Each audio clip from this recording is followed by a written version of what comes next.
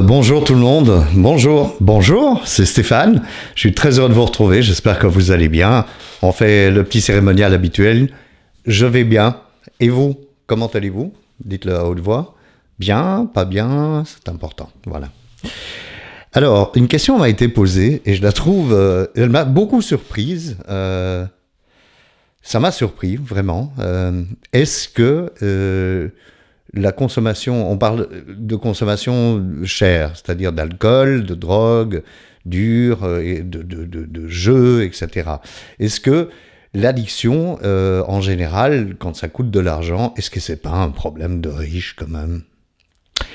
Alors c'est une très très bonne question. Pourquoi? Parce que c'est vous qui l'avez posée. Je vous remercie mille fois d'avoir posé cette question et que moi je me suis jamais posé la question.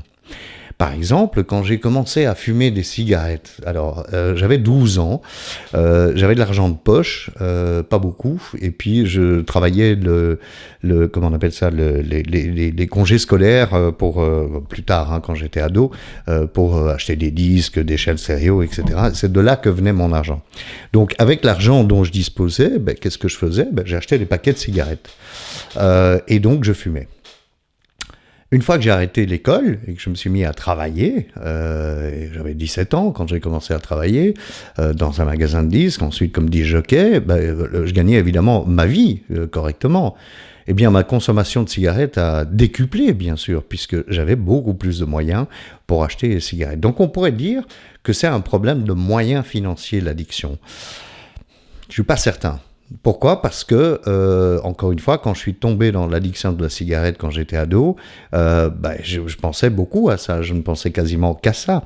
Quand je suis tombé dans l'addiction plus tard de la cocaïne, qui coûte quand même, à l'époque en tous les cas, ne coûtait pas rien du tout, je ne savais pas du tout que j'allais tomber addict, mais l'argent n'était pas un problème au début, après c'est devenu un vrai problème, puisque j'ai consommé pendant 3 ans, et que pendant 3 ans, quand la consommation augmente et qu'on ne pense plus qu'à ça, il faut trouver les moyens pour financer cette consommation. Donc quelque part, c'est aussi un problème de riche. Quoi d'autre que j'ai connu?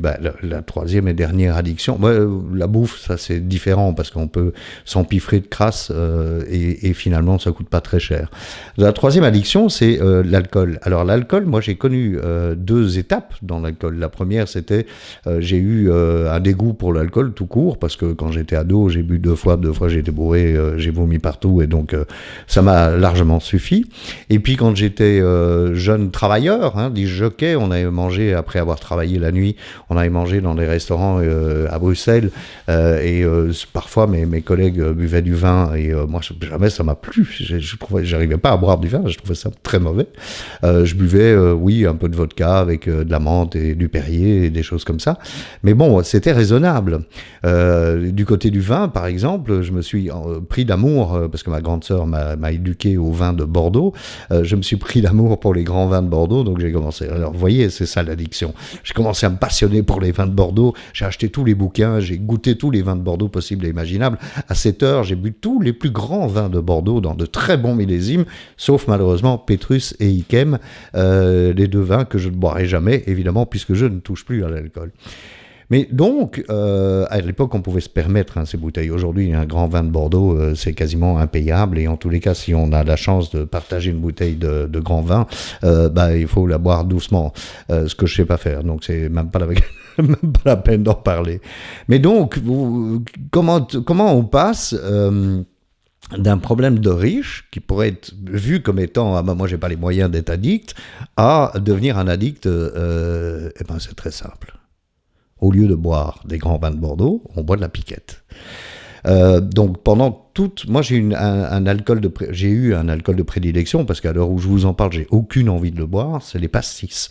Alors je buvais des pastis, les uns plus chers que les autres, j'avais mon pastis favori bien sûr, qui est dans les grandes surfaces, et que je ne nommerai pas, mais bon voilà, qui m'a poursuivi tout le temps.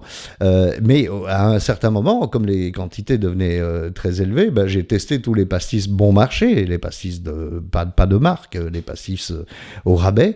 Et puis un jour, je suis passé au vin rouge parce que ma compagne m'a dit que le pastis, elle ne pouvait plus le supporter et qu'il fallait que je boive autre chose parce que le pastis, ça me rendait désagréable et agressif. Bon. Et là, je suis passé au vin.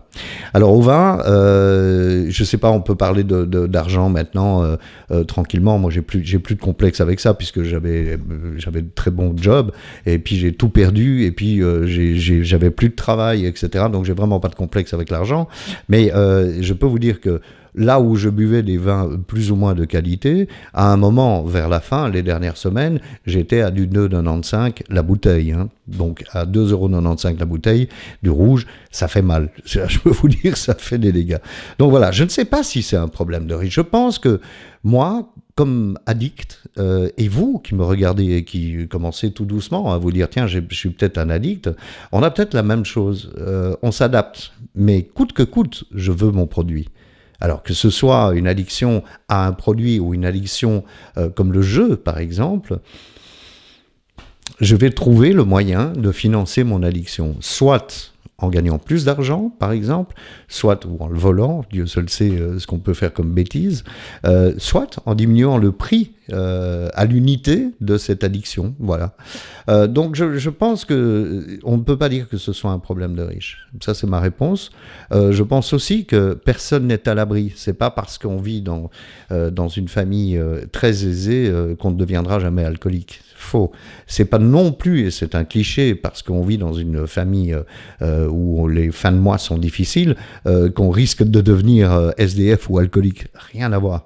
Je pense que, comme je l'ai expliqué dans la vidéo Les blessures, que je vous invite à revoir, je pense que nous devenons, mais je suis encore une fois, hein, je vous rappelle, je suis pas coach, je suis pas expert, rien du tout. Je suis un expert dans ma propre histoire d'addiction, mais c'est tout. Je pense honnêtement, et donc ce n'est que mon opinion, que ce sont les blessures, les douleurs et les instabilités émotionnelles qui font de nous des addicts. Mais aujourd'hui, vous savez, j'ai pris 25 kilos. En prenant 25 kilos, je ne me suis pas démuni pour autant. J'ai trouvé le moyen de satisfaire ma consommation de crasse, parce que c'est comme ça que ça s'appelle, sans me démunir. Donc voilà, j'espère que j'ai bien répondu, j'espère que j'apporte un semblant de réponse à cette question. Faut-il être riche? Est-ce que c'est un problème de riche, l'addiction et l'alcoolisme? Moi, je pense pas. Je pense qu'on est tous, quand on est fragile et qu'on a subi des blessures, on est tous exposés à devenir addicts.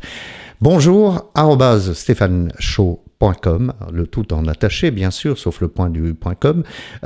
C'est l'adresse sur laquelle j'attends vos suggestions, vos propositions de thèmes pour des vidéos, vos commentaires. Allez-y, hein, gaiement. Franchement, ça me fait plaisir de vous lire. Je peux peut-être pas répondre à tout le monde. J'essaye toujours, en tous les cas, de répondre à tout le monde.